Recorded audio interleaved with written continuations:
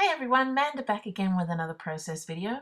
I am turning out quite a few this weekend. I'm making up for all those weeks I went missing in action. Anyway, I was looking for some inspiration around the interwebs for just to, get my mojo going. And I had a look on the Paper Issues blog, and their current challenge is to do a layout on the theme Game On. Now, I'm not a sporty person at all, but I do have an addiction to a game, and that addiction is Candy Crush Saga. Yes, I'm afraid to admit it. I don't know.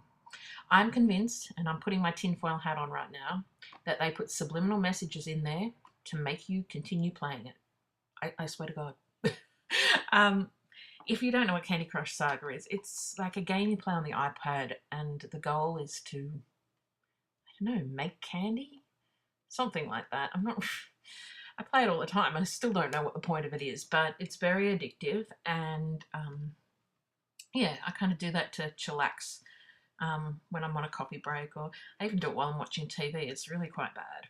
Anyway, I chose the Creative Agenda papers because I thought it had those, the bright candy colours to go with that.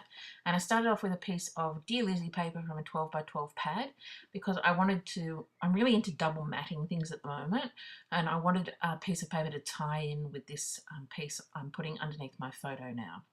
I also grabbed some navy cardstock from my stash and just used a notebook punch down the side there just to create some interesting texture. And then I'm just taking some pieces, other pieces of paper from the paper collection and just layering them up to make more interest under the photo. There's no real plan here. I'm just kind of playing around, and I got it a bit wrong. Like, I didn't have everything in the right place, and I keep cutting it down. Yeah, but it all turns out in the end, and I'm just having fun with paper, and that's all that really matters. So once I get that down, I choose a card from one of the cut apart sheets, which you'll see here, and it says Every Day I'm Hustling. And I thought that would be fun because every day I'm playing this darn game. But it doesn't work. It's too white. I'm not happy with the way that looks. So I ended up just flipping it over and using the green side. So once I get all that in place, I then realised, actually, before I get it in place, I put foam tape on because I want it mounted up a bit. So that's all good and grand.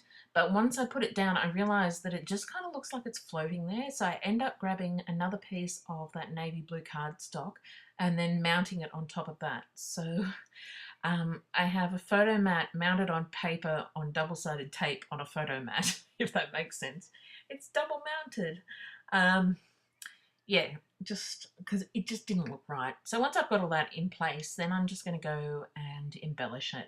And I wasn't really sure, like I said, there was no firm plan with where I was going with this.